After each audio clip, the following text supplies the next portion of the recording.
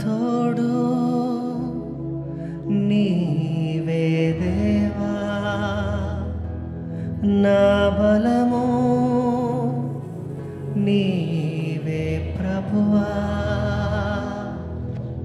నా ధైర్యం నీవే దేవా, నా సర్వం నీవే ప్రభువా, నా తోడు నీవే దేవా, నా బలము నీవే ప్రభువా, నా ధైర్యం నీవే దేవా, నా సర్వం నీవే ప్రభువా, కాపాడే దైవం నీవేగా, కరుపాపగా నన్ను కాచేగా, కాపాడే దైవం నీవేగా, కరుపాపగా నన్ను కాచేగా, నీ దయలో నీ కృపలో నీ ఒడిలో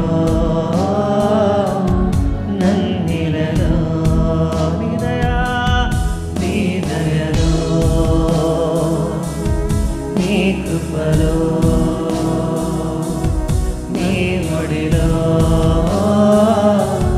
నన్నిలలో, నా తోడు నీవే దేవా,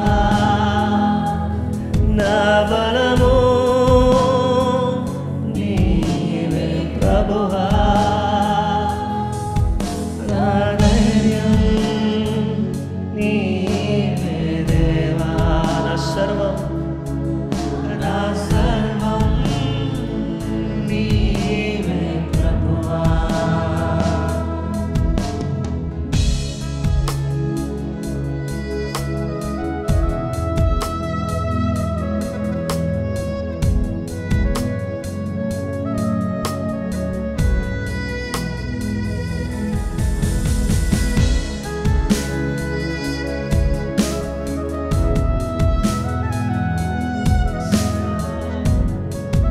మన చేతులైన వైపు చాపి దేవాలలో ఉన్న కన్నీరే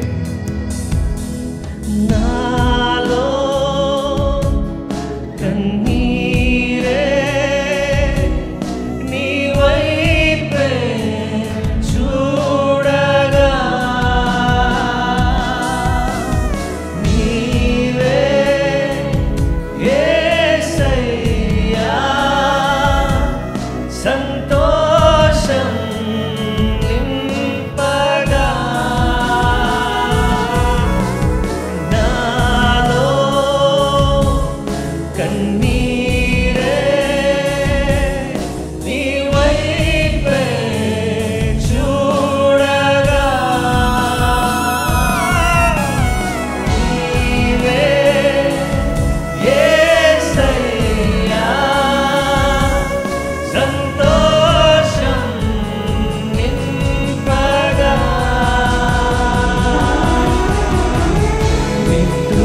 నిట్టూర్పులోయలలో గాఢాంధకారములో నీవే నాండగా, నన్ను బలపరచగా, నడిపించేవా నీవైతివే, కరుణించే దైవం నీవైతివే, నీ దయలో నీ కృపలో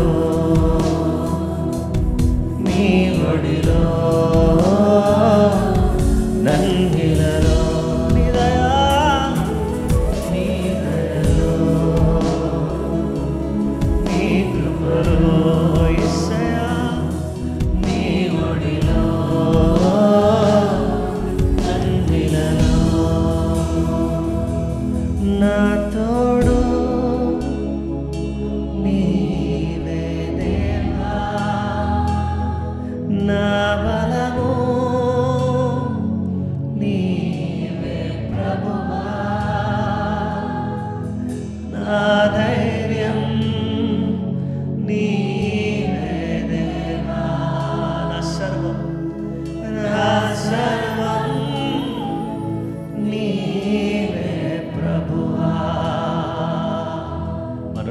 పైకెత్తి నా తోడు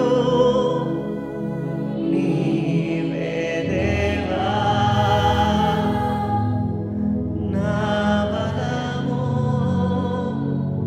నీవే ప్రభువా, నా ధైర్యం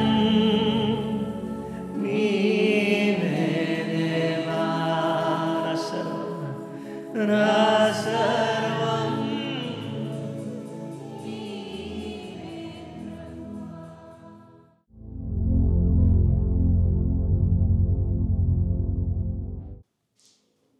అందరికీ ప్రైజ్ ది లార్డ్ అండి.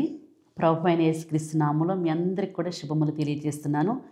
గత వారమంతా దేవుడు మనల్ని కాపాడి నూతన వారంలో ఈ ఉదయకాల సమయంలో దేవుని మాటలు వినడానికి దేవుడిచ్చిన గొప్ప అవకాశం బట్టి దేవునికే మహిమ కలిగిన గాక. మత్తయి సువార్త 5వ అధ్యాయము 16వ వచనం చూద్దాము. మనుషులు మీ సత్క్రియలను చూచి పరలోకమందున్న మీ తండ్రిని మహిమపరచునట్లు వారి ఎదుట మీ వెలుగును ప్రకాశింపనీయుడి. చిన్న ప్రార్థన చేసుకుందామా. స్తోత్రం తండ్రి, వందనాలు నా ప్రభా. మంచి దేవానికి వందనాలు. గత వారం అంతా మమ్మల్ని కాపాడారు నా ప్రభా. ఈ నూతన వారంలోకి నా తండ్రి మమ్మల్ని ప్రవేశపెట్టారు. వందనాలు నా ప్రభా. యేసయ్యానికి వందనాలు. ఈ వాక్యములు ఈ ప్రార్థనలు ఎంతమంది అయితే ఏకీభవిస్తున్నారో వారందరినీ కూడా దీవించండి అయ్యా. నీ నామాన్ని గణపరచుకోండి నాయనా. వందనాలు నా ప్రభా. ఈ చదవబడిన వాక్యంలో నుంచి మాతో మాట్లాడమని, ఈ నామాన్ని హెచ్చించుకొనమని యేసు పరిశుద్ధ నామములో ప్రార్థిస్తున్నాను తండ్రి. ఆమేన్. గత 2 రోజులు కూడా ప్రకాశము అనే అంశం గురించి మనం ధ్యానం చేసాము. ఎవరు ప్రకాశిస్తారు అని అంటే, మొదటిగా దేవుని సన్నిధానంలో ఉన్నవారు ప్రకాశిస్తారని నేర్చుకున్నాం. రెండవదిగా మరి జ్ఞానం కలిగిన వారు ప్రకాశిస్తారని నేర్చుకున్నాం. ఈరోజు 3వ విషయం చూద్దాము. సత్క్రియలు చేయవారు ప్రకాశిస్తారు. ఇప్పుడు చదివాం కదా వాక్యంలో, మనుషులు మీ సత్క్రియలను చూచి పరలోకమందున్న మీ తండ్రిని మహిమపరచునట్లు వారి ఎదుట మీ వెలుగును ప్రకాశింపనీయుడి. ఎవరు ప్రకాశిస్తారంటే సన్నిధానంలో ఉన్నవారు ప్రకాశిస్తారు. రెండోది జ్ఞానం గలవారు ప్రకాశిస్తారు. ఈరోజు 3వ అంశంలో చూస్తే సత్క్రియలు చేయవారు ప్రకాశిస్తారు. సత్క్రియ అంటే మంచి పనులు, మంచి ప్రవర్తన. మంచి ప్రవర్తన కలిగిన వారు ప్రకాశిస్తారు. దేవుని మందిరంకి వెళ్ళినప్పుడు మన ప్రవర్తన జాగ్రత్తగా కాపాడుకోవాలి. ప్రసంగి 5వ అధ్యాయం 1వ వచనంలో ఉంది కదా. దేవుని మందిరంకి వెళ్ళినప్పుడు, దేవుని మందిరం నుంచి వచ్చేటప్పుడు మన ప్రవర్తన ఏ విధంగా ఉండాలంటే చాలా జాగ్రత్తగా ఉండాలి. చాలా జాగ్రత్తగా మనము మాట్లాడాలి. చాలా జాగ్రత్తగా మనము నడవాలి. ఎప్పుడైతే సత్క్రియలు కలిగి జీవిస్తామో అప్పుడు మనము ప్రకాశించేవారుగా ఉంటాము. 1 పేతురు పత్రిక 2వ అధ్యాయం 12వ వచనంలో చూస్తే, అన్యజనులు మిమ్మును ఏ విషయంలో దుర్మార్గులను దూషింతురో ఆ విషయంలో వారు మీ సత్క్రియలు చూచి వాటిని బట్టి దర్శన దినమున దేవుని మహిమపరిచినట్లు వారి మధ్యను మంచి ప్రవర్తన గలవారై ఉండవలెనని మిమ్మును బతిమాలుకొనుచున్నాను అనే వాక్యం ఉంది.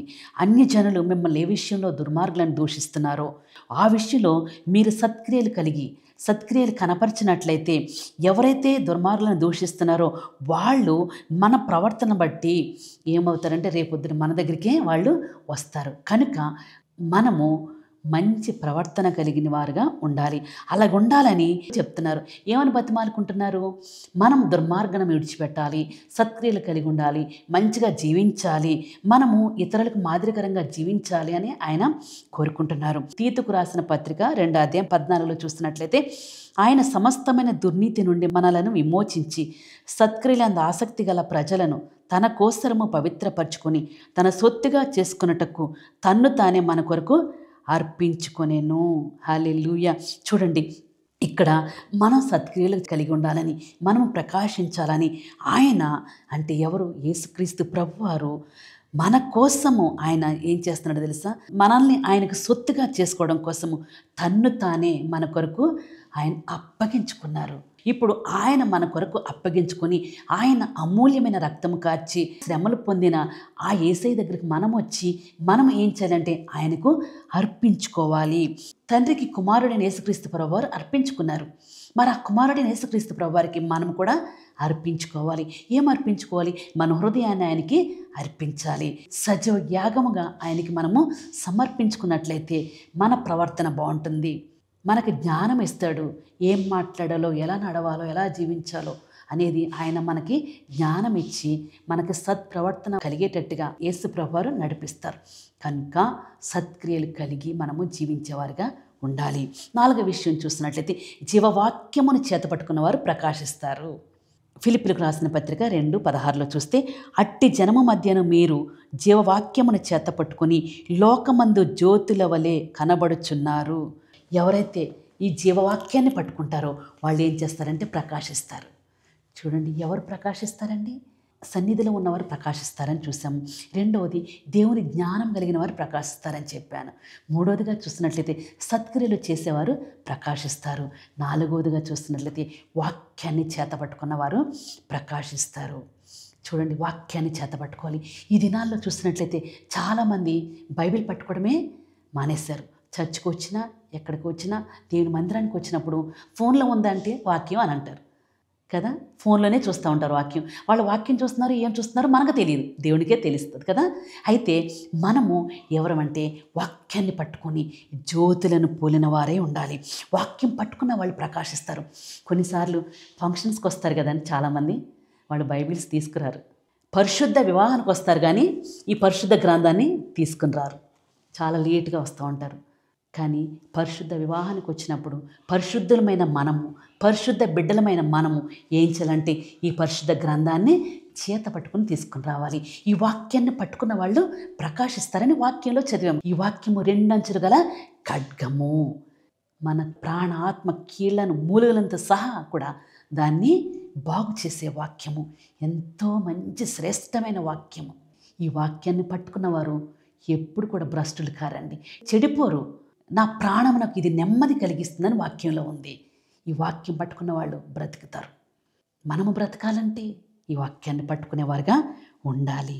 ఎఫెసీ 1:13 చూసినట్లయితే, మీరును సత్యవాక్యమును అనగా మీ రక్షణ సువార్తను విని క్రీస్తునందు విశ్వాసముంచి వాగ్దానము చేయబడిన ఆత్మచేత ముద్రింపబడ్డాము. దేంతో ముద్రింపబడ్డాము అని అంటే, మనం ఈ వాక్యాన్ని విన్నాం. ఈ వాక్యం ఏంటి? సత్యం అనేది అంటున్నారు కదా యేసు ప్రభువు, నేనే మార్గము సత్యము జీవమునై అన్నారు. సత్యవాక్యమని విన్నాము, అయితే రక్షణ పొందాము. సువార్త విని రక్షణ పొందాము. క్రీస్తునందు విశ్వాసం ఉంచాము. విశ్వాసం ఉంచిన మనకి దేవుడు ఏం చేస్తున్నాడంటే వాగ్దానం చేత మనల్ని ముద్రిస్తున్నాడు, ఆత్మ చేత మనల్ని ముద్రిస్తూ ఉన్నాడు. మరి ఎవరైతే సత్క్రియలు కలిగి ఉంటారో వారిని ఏం చేస్తున్నాడంటే యేసు ప్రభువు వారు ఆత్మ చేత ముద్రిస్తూ ఉన్నాడు.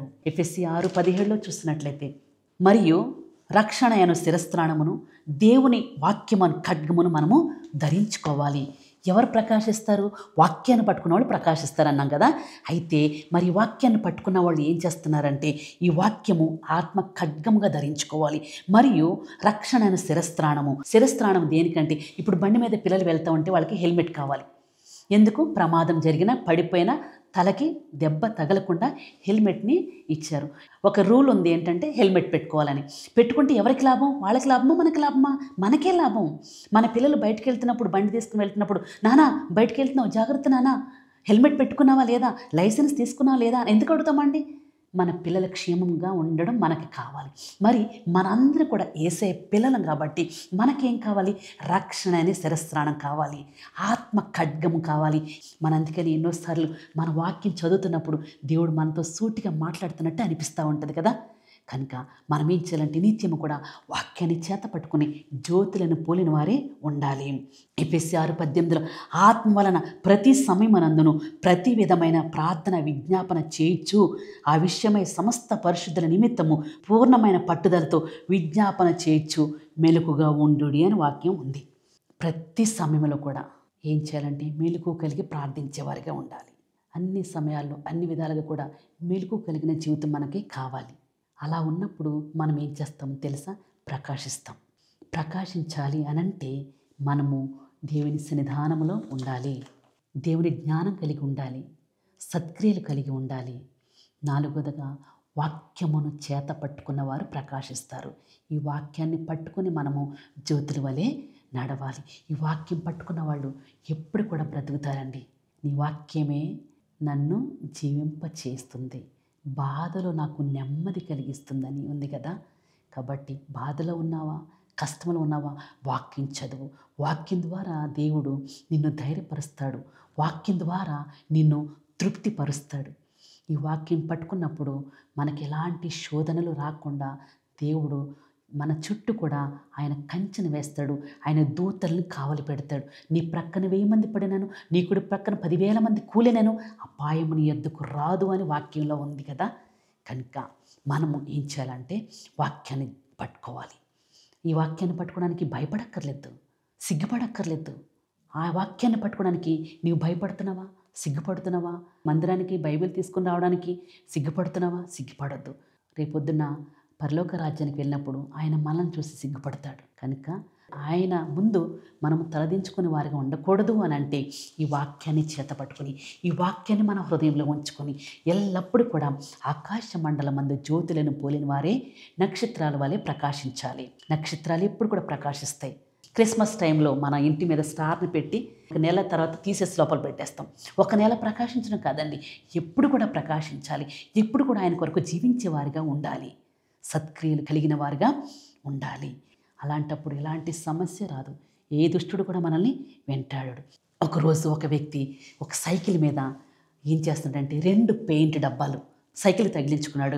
సైకిల్ మీద ప్రయాణం చేస్తూ అక్కడక్కడ ఆగుతూ రోడ్డు ప్రక్కన స్తంభాలు ఉంటాయి కదా, కరెంటు స్తంభాలు, ఆ స్తంభాల మీద చిన్న చిన్న వాక్యాలు రాస్తూ ఉన్నాడు.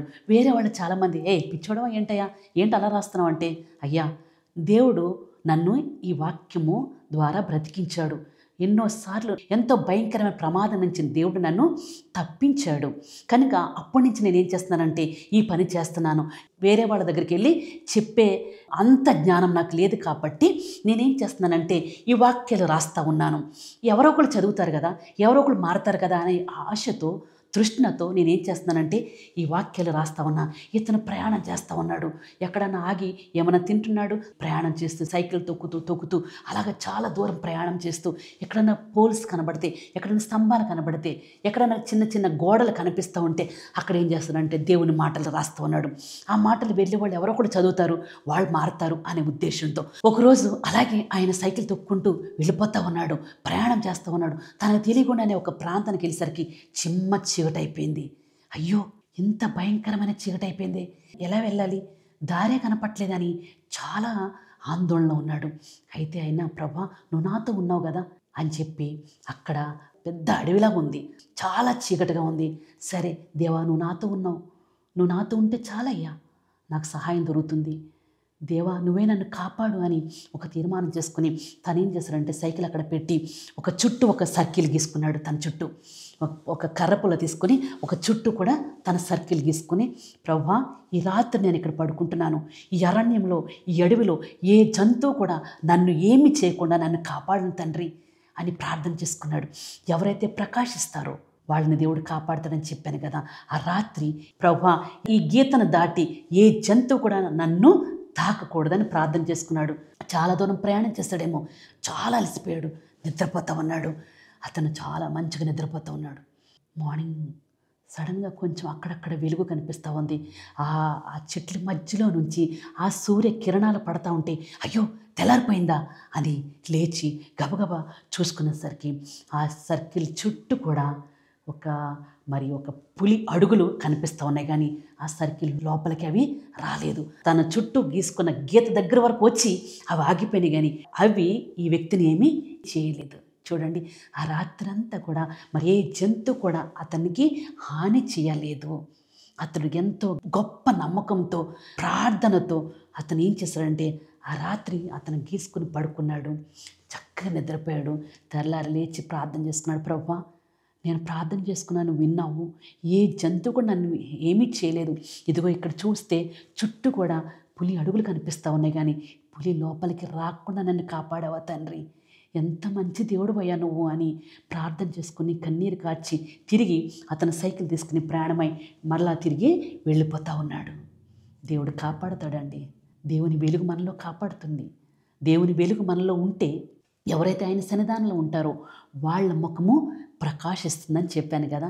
మన ముఖములో క్రీస్తు యొక్క స్వారూప్యం కనబడినప్పుడు ఇతరులకి మనల్ని తిట్టాలని కానీ, మనం దూషించాలని కానీ, మన మీద చెడ్డగా మాట్లాడాలని కానీ రానే రాదు. ఎందుకంటే యేసు ప్రభువారు మనలో కనబడాలి, ఆయన మనలో ఉండాలి. ఎప్పుడైతే ఆయన బిడ్డగా మనం జీవిస్తామో ఆయన మనల్ని దీవిస్తాడు. ఆయన వెలుగు మనలో ఉంటుంది. ఏది కూడా మనల్ని ఏమీ చేయదు. అందుకని దానియేలు, షడ్రక్, మేషక్, అబేద్నెగో ఎక్కడున్నారు? సింహాల బోన్లో దానియేలు ఉన్నాడు. అగ్నిలో షడ్రక్, మేషక్, అబేద్నెగో ఉన్నారు. ఎవరికి కూడా అగ్ని ఏమీ చేయలేదు, సింహాలు కూడా ఏమీ చేయలేదు. ఎందుకు? దానియేలు మరో ప్రార్థన చేసేవాడు కదా. ఈరోజు మనం కూడా ప్రార్థించేవారుగా ఉండాలి. దేవుని వెలుగు మనలో కనబడేటట్టుగా ఉండాలి. సత్క్రియలు చేసేటప్పుడు, మనం మంచి పనులు చేసేటప్పుడు మనం ప్రకాశిస్తాము. వాక్యాన్ని పట్టుకున్నప్పుడు, ఈ వాక్యాన్ని పట్టుకున్నప్పుడు మనము ప్రకాశిస్తాం. అలాగా దేవుడు నిన్ను నన్ను దీవించునుగాక. మనము నిత్యం కూడా ఆ వాక్యాన్ని చేతపట్టుకొని, వాక్యాన్ని మన హృదయంలో పెట్టుకొని, వాక్యానుసారంగా జీవించినట్లయితే దేవుడు నిశ్చయముగా మనల్ని, మన కుటుంబాన్ని, మన బిడ్డల్ని దేవుడు దీవిస్తాడు. దేవుడి మాటలు దీవించునుగాక. ప్రార్థన చేసుకుందామా? దయచేసి తలలు వంచండి, ప్రార్థన చేసుకుందాం.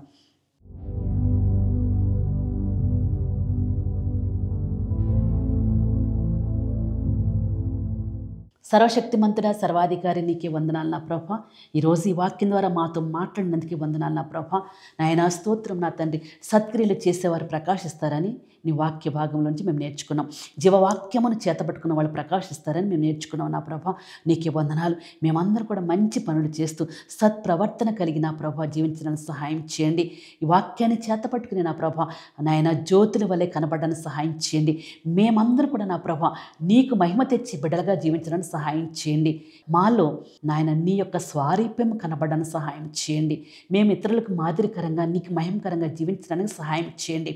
యేసయ్యా నీకు వందనాలు. గత వారం నుంచి కూడా మమ్మల్ని కాపాడారు. ఈ నూతన వారంలో నా ప్రభా ఈ వారం అంతా కూడా కాపాడండి. యేసయ్యా నీకు వందనాలు నా ప్రభా. ప్రకాశం అనే అంశంలో నా ప్రభా 4 విషయాలు మేము నేర్చుకున్నాం నా ప్రభా. నీ సన్నిధానంలో ఉన్నవారు ప్రకాశిస్తారని నేర్చుకున్నాం. జ్ఞానం గల వారు ప్రకాశిస్తారని నేర్చుకున్నాం. సత్క్రియలు చేసేవారు ప్రకాశిస్తారని నేర్చుకున్నాం నా ప్రభా.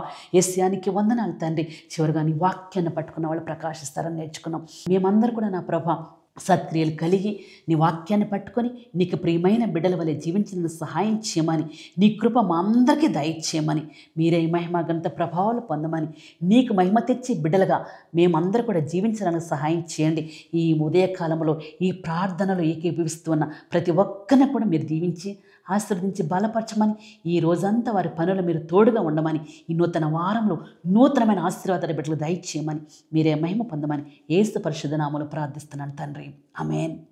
అందరికీ ప్రైజ్ లార్డ్ అండి. ఈ ఉదయకాల సమయంలో దేవుడు మిమ్మల్ని, మీ కుటుంబాన్ని సమృద్ధిగా దీవించాలని నేను కోరుకుంటున్నాను. God bless you.